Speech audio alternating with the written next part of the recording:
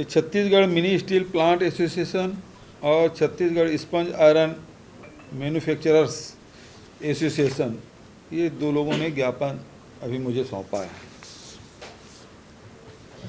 छत्तीसगढ़ के इतिहास में इतना बड़ा उद्योगों के द्वारा पहली बार तालाबंदी की गई है। करीब 150 उद्योग बंद हुए हैं और अभी 4 घंटे में ही 600 मेगावाट बिजली की डिमांड कम हो गई है और 1-2 दिन के अंतराल में करीब 1000 मेगावाट की डिमांड कम हो जाएगी।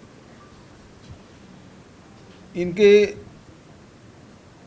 और सरकार के कहने में अंतर ये है कि उद्योगपतियों का कहना है कि 25% बिजली बिल बढ़ा दिया आपने और सरकार का कहना है कि 25 पैसा हमने बढ़ाया है। मुख्य रूप से बात यह है कि जो बिजली आपको 6 रुपये 10 पैसे में मिल रहा था, अब वो 7 रुपये 62 पैसे में मिल रहा है। भले आपने 25 पैसे अभी बढ़ाया है, लेकिन जो आप लोड फैक्टर इंसेंटिव देते थे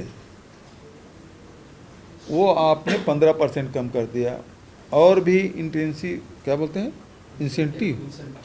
इंसेंटिव जितने देते थे उसमें थोड़ा थोड़ा कम करके आप ये 1.5 रुपया के आसपास आपने बढ़ा दिया।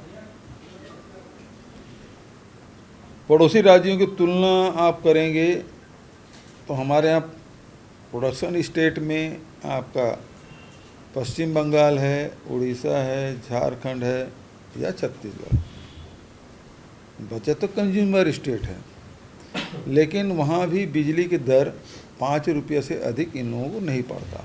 पश्चिम बंगाल में 4 रुपये 91 पैसा है, उड़ीसा में 5 रुपया है, छत्तीसगढ़ में भी जिंदल पार्क में 5 रुपये मिल रहा है।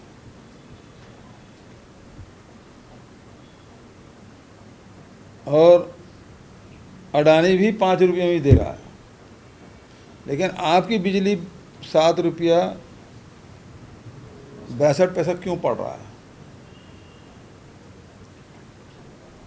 तो सबसे बड़ी बात यह है कि इतने उद्योग बंद होने से जहाँ राज्य सरकार को रेवेन्यू का लॉस होगा, रेवेन्यू के लॉस में मतलब ये जीएसटी में एक सेंट्रल जीएसटी एक स्टेट जीएसटी करीब 9,000 करोड़ रुपए देते हैं लोग। रॉयल्टी के नुकसान हैं, बिजली खपत कर रहे हैं, अब तो उसको सेंट्रल पूल में डालना पड़ेगा। अचानक से यदि बंद होता है तो सेंट्रल पूल में जाएगा, तो राज्य सरकार का तो नुकसान ही है। राज्य सरकार को नुकसान पे नुकसान हो रहा है। तो ये बात राज्य सरकार को क्यों समझ नहीं आ रही?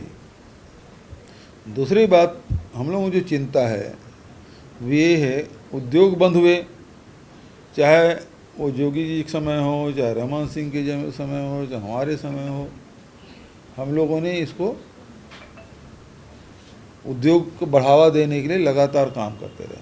कोरोना काल में भी पूरे देश में उद्योग बंद हो गए थे, लेकिन छत्तीसगढ़ में उद्योग बंद नहीं हुआ ताकि लोगों को रोज़गार मिल सके, बेरोजगार मत हो। और जब लॉकडाउन समाप्त हुआ तो सबसे ज़्यादा उत्पादन छत्तीसगढ़ में हुआ, सबसे ज़्यादा रोज़गार यहाँ से मिला, सबसे ज़्यादा रॉयल्टी मतलब आपको चाहे जीएसटी हो चाहे दूसरी चीज़ें केंद्र सरकार को राज्य सरकार को मिला। आज आप अचानक बंद कर देंगे तो अभी 150 उद्योग में कम से कम 2-2.5 लाख लोग तो सीधा बेरोजगार होंगे। जो अप्रत्यक्ष रूप से जो प्रभावित होंगे वो ट्रांसपोर्टर प्रभावित होंगे, वहाँ क्लीनर है, वहाँ पे जो मैकेनिक है, जो रिपेयर करते हैं, जो होटल है, वो सभी प्रभावित होगा। तो लाखों परिवार इससे प्रभावित होने वाला है। तो सरकार गलतफहमी की बात कर रहे हैं, विष्णु देसाई जी गलतफहमी शब्द का प्रयोग किए हैं। तो जो आप पहले 6 रुपये 10 रुपये में पड़ रहा था, 6 रुपये 10 पैसे में पड़ रहा था, आज 7 रुपया 62 पैसा पड़ रहा है।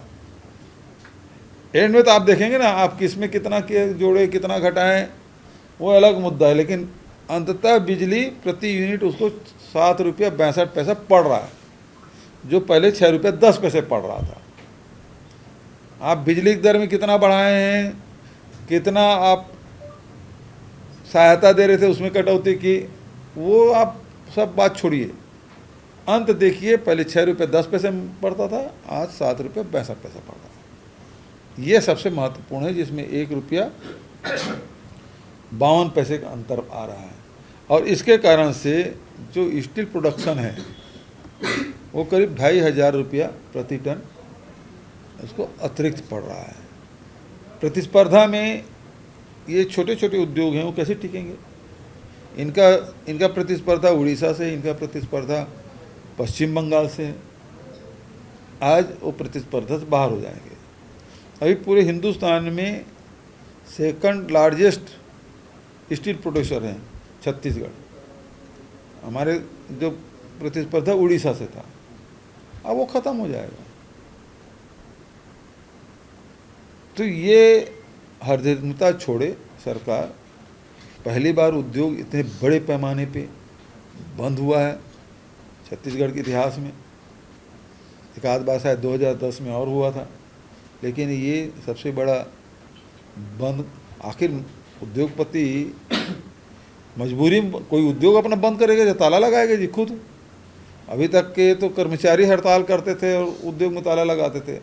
आज यदि उद्योगपति ताला लगाने में बाध्य हुए हैं, इसका मतलब ये है कि सर से ऊपर चला गया पानी, तभी कोई आदमी अपने उद्योग में ताला लगाएगा। आज पहला दिन है, सरकार को बैठ के बात करना चाहिए, समझदार अधिकारियों से बैठ के क्योंकि आप केवल बिजली बिल का मामला नहीं है, वो रेवेन्यू कितना देते हैं केंद्र सरकार राज्य सरकार को। मान लो साल भर में 500-700 करोड़ का आप यदि छूट देते हैं तो आपको 9,000-10,000 करोड़ रुपया, और कुल मिला के सारे टैक्सेस वगैरह करें 20,000 करोड़ का रेवेन्यू सेंट्रल गवर्नमेंट और स्टेट गवर्नमेंट के लोग देते हैं। तो आपको तो देखना पड़ेगा कि 20,000 करोड़ ज़्यादा है कि 600 करोड़ ज़्यादा है। और उसके साथ साथ लोगों को रोजगार, व्यापार उजड़ जाएगा, क्योंकि शहर बसाना आसान कठिन है, उजाड़ना तो बहुत आसान है। एक बार फैक्ट्री बंद हुई तो फिर कहीं 15 महीने 6 महीना कहीं बंद हो गया तो सब कुछ खत्म। इतने सालों का जो मेहनत है, व्यक्तिगत भी मेहनत है, सरकार के योगदान भी है इसमें, ऐसा नहीं है आप एक झटके में आपके मूर्खतापूर्ण निर्णय से इतने सालों की मेहनत में पानी फिर जाएगा। तो ये अधिकारियों की बात को, अधिकारियों के भरोसे सरकार नहीं चलती, सरकार को खुद निर्णय लेने पड़ते हैं, और ये मूर्खतापूर्ण निर्णय है, इसको वापस लेना चाहिए। और ये जो मांग कर रहे हैं 6 रुपये 10 पैसे बढ़ के, वो तो जिंदल है और अडानी है, वो 5 रुपये में दे रहे हैं। तो जब 5 रुपये में ये लोग दे सकते हैं तो CDSP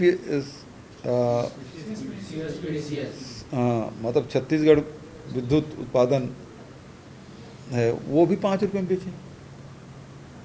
वो 7 रुपये 62 पैसे में क्यों बेच रहे हैं? जब प्राइवेट वाले 5 रुपये में बेच रहे हैं तो सरकारी बिजली 7 रुपये 65 पैसे क्यों पड़ना चाहिए? वो भी 5 रुपये होना चाहिए। आज भले ये बोल रहे हैं कि हमने 20 पैसा घरेलू उपभोक्ताओं को बढ़ाए हैं, लेकिन बिजली बिल कितना आ रहा है? जो 6 महीने पहले जो 1,000 रुपये आता था, आज बिजली बिल 2,000 का आ रहा है। भले आप बोलें कि 20 पैसा बढ़ा है, लेकिन घरेलू उपभोक्ता, आप लोग भी उपभोक्ता हैं, आपके घरों की बिजली कितना आ रहा है? 3-6 महीने बाद 2 गुना हो गया है। यही स्थिति इनका भी है।